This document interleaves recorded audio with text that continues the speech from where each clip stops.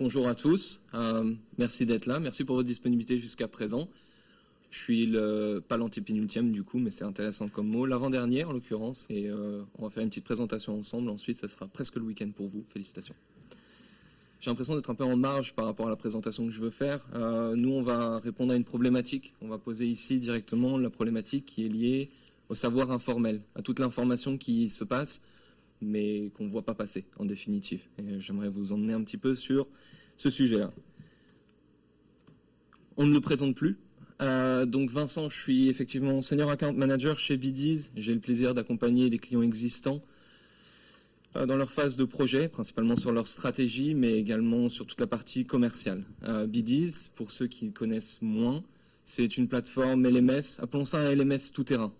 C'est vraiment un LMS que vous allez pouvoir importer partout pour vos collaborateurs, qui est censé être dans leur poche, faire partie de leur quotidien, leur faciliter l'accès, surtout à des populations qui peut-être n'avaient pas forcément toujours accès à de la formation, et faire en sorte que l'expérience est toujours au cœur de leur capacité de pouvoir se former, justement. Donc, on va dresser un constat ensemble, on va essayer de rentrer un petit peu dans notre contexte. Pourquoi est-ce qu'on veut parler de l'informel aujourd'hui?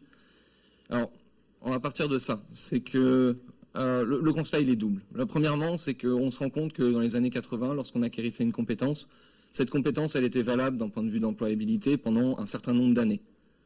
Aujourd'hui, c'est plus le cas.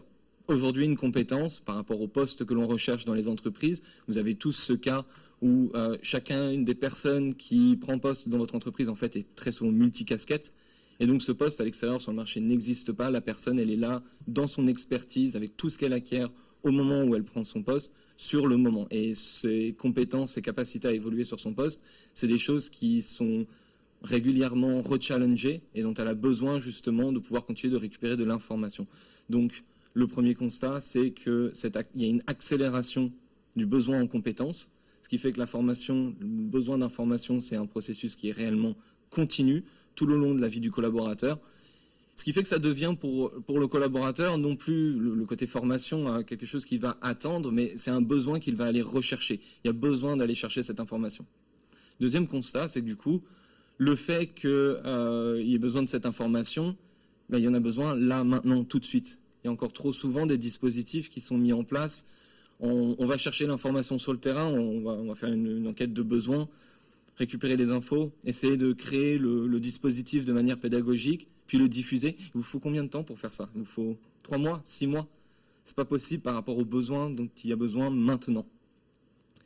Donc il en va finalement de la compétitivité de l'entreprise, de sa capacité à pouvoir rester sur son marché efficace, que d'avoir justement cette capacité à apporter les compétences auprès des collaborateurs. Ok. Donc pourquoi est-ce qu'on s'intéresse à l'informel dans tout ça? Il faut savoir que l'informel, de toute façon, il existe. On a fait une étude récente avec un cabinet RH qui a dévoilé qu'il y a à peu près 86% de l'information du quotidien des collaborateurs qui se passe de manière informelle. Ça veut dire quoi? C'est-à-dire que ça ne passe pas par le canal habituel de la descente d'information, de la formation dans lequel les entreprises investissent principalement aujourd'hui. Mais ça, du coup, ça a un impact. Ça veut dire que ces canaux, ils existent, mais on le sait tous. Les Teams organisés entre collaborateurs, même les WhatsApp, pourquoi pas, sur avoir quelque chose qui est complètement sorti du cadre de l'entreprise. Les collaborateurs, ils se partagent leurs informations, ils se demandent des infos, ils sont en capacité de se partager des ressources. C'est quoi le problème de ça? Mais c'est que l'entreprise, elle n'a pas la main là-dessus. Vous n'avez aucune idée de la quantité d'informations qui est partagée, de la qualité de ces informations. Vous ne savez pas d'où elles viennent, vers où qui la consomme réellement. Et puis, c'est difficilement possible de dire si c'est aligné avec les valeurs de l'entreprise, avec ses objectifs, avec l'éthique qui va être utilisée. Donc il faut pouvoir récupérer cette information, il faut pouvoir en faire quelque chose. Du coup, on s'est posé la question et on s'est dit quels sont les mécanismes pour faire en sorte que tout ce qui se passe, tout ce qui se dit, tout ce qui se communique dans le quotidien réellement de vos collaborateurs puisse être récupéré et utilisé à bon escient. On a mis en place certains aspects là-dessus. La première chose, c'est que, en fait, tous vos collaborateurs, soit sont des apprenants, mais c'est aussi des sachants. Ils sont tous experts dans une certaine mesure. Ils vivent tous leur quotidien et ils ont tous des expériences par rapport à tout ça. Donc il faut qu'ils puissent de notre point de vue, avoir la main aussi sur du partage de ressources, qu'ils soient finalement responsabilisés, valorisés sur leurs connaissances et en capacité de créer des courtes ressources, des éléments, partagés dans le cadre d'une veille ou quoi que ce soit, des informations à leur pairs, ce qu'on appelle des tips. Et du coup, Bidis s'est transformé sur ces interfaces front, comme vous le voyez ici, que l'on soit sur PC, que l'on soit sur mobile, en un mini outil auteur directement à la main des collaborateurs.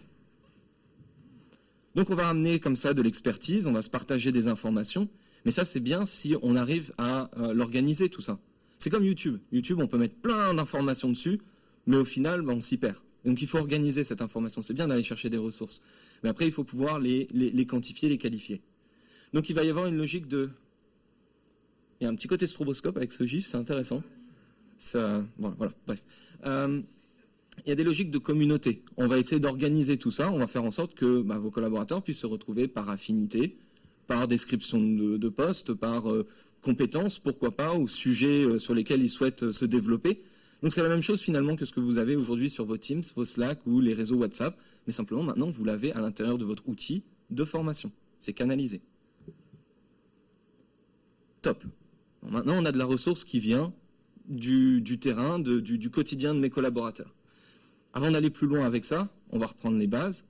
Du coup, on a une situation où il faut que l'information aille très vite, qu'elle soit vite checkée d'un point de vue de la qualité pédagogique et ensuite diffusée auprès des utilisateurs. C'est bien. Il faut donc que les outils digitaux soient au niveau à ce point-là. Pour être au niveau là-dessus, il faut être sûr que toute l'expérience et toute l'expérience, ce que je veux dire par là, c'est tous les outils que l'outil vous met à disposition soient en adéquation avec cette facilité d'accès, avec cette facilité d'usage et que ce soit intuitif. Donc, on va parler un petit peu de l'outil auteur. Quand vous êtes en train de construire votre contenu plus formel, admettons, l'idée c'est de vous proposer un outil qui soit le plus accessible possible, qui vous permet de directement, par exemple ici, co-construire la connaissance au sein de l'entreprise. Il n'y a plus besoin de suivre cette logique un peu éducative que l'on connaît tous, parce que c'est des modèles assez classiques, du sachant omniscient qui doit canaliser toute l'information, la transformer, l'adapter pour toutes les populations et diffuser au plus grand nombre. Pourquoi pas décentraliser ces aspects-là? Pourquoi pas essayer de donner à plusieurs profils une capacité de se responsabiliser, de se former et de venir participer à partager leur expertise et à co-construire du contenu? Des fonctionnalités comme le fait de pouvoir se donner des commentaires dans le plan de formation, de pouvoir chatter comme ça et d'avoir après ça une soumission à validation avant publication du contenu par l'expert pédagogique, c'est un vrai gain de temps. Et le temps, c'est hyper important ici. On a fait une petite étude interne, on s'est rendu compte qu'un dispositif qui normalement prend plusieurs heures, pourquoi pas jours, à devoir se construire, quand on a un outil adapté avec tout ce qui va bien dedans et qui nous permet justement de faciliter son accession, faciliter sa compréhension, hop, j'utilise mes outils, j'avance dessus, on passe à quelques minutes finalement à construire son contenu. Et ça joue dans le quotidien. Donc on s'est dit, ok, on va aller plus loin. Là, je rentre un peu plus dans le micro de la solution. Là, vous êtes toujours dans l'outil auteur de Bidis. Très bien, j'ai un plan de formation, je vais pouvoir co-créer les choses avec mes collaborateurs, mais je vais bénéficier de quelque chose qui est extrêmement logique dans la façon dont il est construit. Je vais pouvoir découper mon contenu de manière logique parce que son sujet, je vais pouvoir choisir toutes les variétés d'activités, toutes les variétés de formats de contenu qui vont être proposés, mais ça va me permettre aussi d'adapter ça à ma population qui est visée. Il y aura certaines personnes qui réagiront mieux à tel type de format et d'autres à des formats audio, vidéo et ainsi de suite. Avec toujours des logiques de prévisualisation et plein d'outils intégrés à l'outil auteur directement pour aller plus vite. Vous prenez un Canva avec nos plateformes qui sont hyper personnalisées aujourd'hui. Je prends l'exemple de nos collègues chez RiseUp qui ont dit que justement l'hyper-personnalisation c'était important. Mais bien sûr, ça fait partie de l'expérience de vos collaborateurs. Mais quand vous avez des images partout, des infographies, des choses à personnaliser, ça prend du temps. Vous ne les avez pas ces images forcément. Vous intégrez des petits outils comme ça va changer votre quotidien. Ça vous permet de rapidement faire vos traductions. Ça vous permet rapidement de pouvoir diffuser au plus grand nombre avec des notifications qui sont préprogrammées. J'en passe. Ah, c'est la partie où je peux parler un peu d'IA, c'est chouette. Ah oui, enfin. Et effectivement, toujours dans cette logique de gagner du temps et de pouvoir trouver l'inspiration, quand on n'a pas toujours, on n'est pas forcément du coup avec Bidis un expert pédagogique quand on est en train de créer du contenu, mais on est là pour participer. On va avoir des petits outils comme justement la génération de quiz par l'IA. J'ai commencé à créer des contenus, j'ai mis mes modalités, je ne sais pas trop quoi poser comme question. On a aussi pensé à ce genre de système, à l'image de ce que présentait notre collègue chez Expert Quiz tout à l'heure, de pouvoir justement poser des questions directement et gagner du temps, avec toujours la main pour tout modérer, tout amender s'il y a besoin aussi. Et l'intégration de ressources, on n'est pas fan, mais ressources existantes, parce que ça permet aussi de facilement utiliser, capitaliser sur l'existant, que ce soit du SCORM, du PowerPoint, du PDF, et toujours améliorer vos contenus derrière avec un outil qui est facilitant d'un point de vue pédagogique. Du coup, quand on a autant de possibilités, on est réellement en capacité de dire que je m'adapte à tous mes profils apprenants. Que ce soit des profils qui soient vraiment très très terrain, quand on travaille avec la RATP et que vous avez des personnes, je ne sais pas combien de centaines de métiers vous allez avoir dans ces secteurs de transport, mais il faut pouvoir comprendre tous les profils, toutes les contraintes de temps, d'accès au réseau, de disponibilité là-dessus, le fait de est-ce que je suis quelqu'un d'académique ou pas trop. Et après ça, monter dans des environnements comme, on va penser à la télécom avec Orange, on va penser à la banque, et on va arriver sur des profils qui sont plutôt sur du soft skill, du transversal. Et il faut pouvoir avoir un outil qui s'adresse à toutes ces populations et qui comprenne surtout les problématiques de chacun de ces collaborateurs-là. Donc gardez-vous cette souplesse, donnez-vous cette souplesse et cette capacité justement à diffuser du contenu et à avoir de l'originalité dans tout ce que vous proposez. Cool. On a désormais plein de ressources qui viennent de nos collaborateurs parce qu'ils sont en capacité de faire partager leur quotidien et leurs ressources entre eux. On a également un outil hyper facilitant pour créer du contenu. Maintenant, on va mixer les deux. Et donc là, on va répondre à la problématique de qu'est-ce qu'on fait avec l'informel maintenant qu'on a conscience que c'est quelque chose qui est vraiment important dans le quotidien de mes employés. On va pouvoir créer notre contenu, tout simplement, en venant intégrer, pourquoi pas, les contenus qui auront été créés par les collaborateurs dans leur communauté, pouvoir prendre le meilleur comme le pire, en parler, venir l'intégrer finalement dans le canal de formation plus formel que l'on propose auprès des collaborateurs, l'intégrer à vos parcours pédagogiques. Donc par-delà ce qu'ils peuvent se partager, commenter, rééchanger et ainsi de suite au sein de leur plateforme front, vous allez aussi, vous, pouvoir valoriser tout ce qu'ils apportent pour pouvoir compléter vos parcours de formation et vos dispositifs. Vous avez votre gain de temps, vous avez votre ressource existante là à l'instant T, et vous avez un outil qui va de toute façon faciliter l'adoption par vos collaborateurs parce que ergonomique, parce que pensé pour être personnalisé et ainsi de suite. Et on rejoint pas mal des arguments passés. 3 minutes, mais c'est beaucoup trop. J'ai terminé. Merci. Merci beaucoup. Merci Vincent. Des questions de la salle à Vincent? Y en a-t-il? Oui, tout au fond, en haut, à gauche. Philippe, tu connais la route?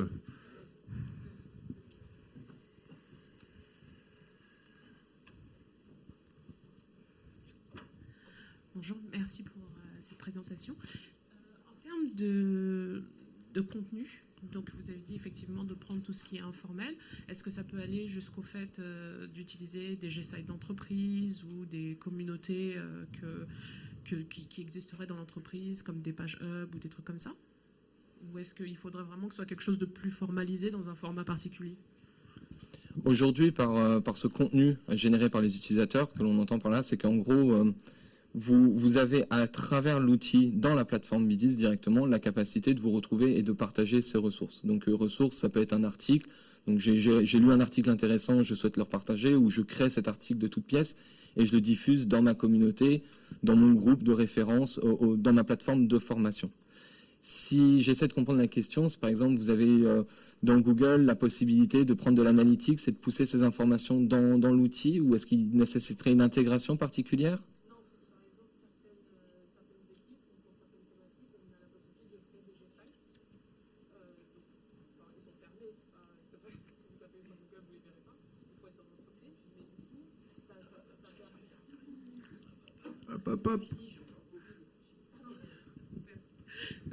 Ça permet du coup à chaque communauté ou à chaque équipe de créer une base de savoir, entre guillemets, de référence.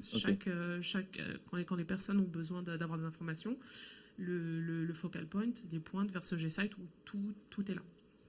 Ok. En l'état, créer une communauté équivalente à l'intérieur de l'outil et tous les liens actifs, tous les éléments, toutes les ressources qui nécessiteraient de retourner vers ce G-Site pourraient être partagées ou faire une passerelle vers cette communauté étant fermée aux personnes concernées pour ce projet. C'est tout à fait compatible. On facilite beaucoup, un peu à l'image de ce que présentait aussi RiseUp, c'est très important, l'écosystème global technique qui va être proposé, donc à travers des intégrations principalement. Vous avez des outils justement de planification, de projets et tout ça, qui font partie du quotidien de vos collaborateurs et sur lesquels il faut faire des interfaçages pour faciliter les ponts, les reconnaissances du user et tout ça, avec vos systèmes d'authentification, j'en passe. Ça fait partie justement de l'équation et c'est quelque chose sur lequel il faut travailler aussi. Donc dans l'ensemble, oui. Oui, bonjour. Oui, vous m'entendez. Ma question, c'est quelle est la part pour vous entre la modération humaine et la structuration IA, voilà. L'IA, il est assez limité pour l'instant aujourd'hui avec BDiz. C'est encore quelque chose on veut y aller petit à petit, il faut que ça soit logique. On est toujours dans cette logique de gain de temps et d'expérience. La modération humaine, elle est partout, dans la mesure où toute la création de contenu va pouvoir être vérifiée, validée avant diffusion de manière générale. Cette création, elle est principalement faite encore aujourd'hui par les petites mains, de toute façon. Idem sur les ressources dont on a parlé là, créées par les collaborateurs. Ça va être quelque chose qui est apporté dans leur quotidien parce qu'ils ont une information à partager. Maintenant, est-ce que cette modération prend du temps? Parce qu'il y a quand même une équation, voilà. Toutes ces choses-là se rapportent à, ok, c'est quoi la ressource dont j'ai besoin pour faire ça avec ma plateforme? Bon, c'est vaste comme sujet, mais sur ce point-là, on se rend compte, et c'est très agréable de le voir, ça ne peut que nous renforcer dans notre ego, c'est que les apprenants dans ce cadre de formation comme ça, à qui on donne la main en leur disant, écoutez, vous allez pouvoir partager ces ressources maintenant, vous avez la responsabilité de faire ça, se prennent vraiment au jeu, et il y a très très peu de modération à faire. Les plus gros cas de modération que l'on a avec des clients qui sont déjà bien avancés sur ces logiques d'apprentissage social, c'est plutôt pour de la modération sur j'ai fait une faute d'orthographe, je remodère mon commentaire, ou alors mais ça on va en parler à la session de formation plus tard, donc du coup attends, modère un petit peu ton propos, on verra ce genre de choses. Mais finalement ça reste dans l'entraide ou ça reste dans de la logique. Il n'y a pas de déboire, il n'y a pas de glissement, au contraire c'est vraiment cette logique de on me donne la main pour pouvoir partager une expérience, je le prends très au sérieux parce qu'effectivement j'ai quelque chose à faire valoir moi en tant que collaborateur. Merci Vincent. Merci beaucoup. Merci beaucoup.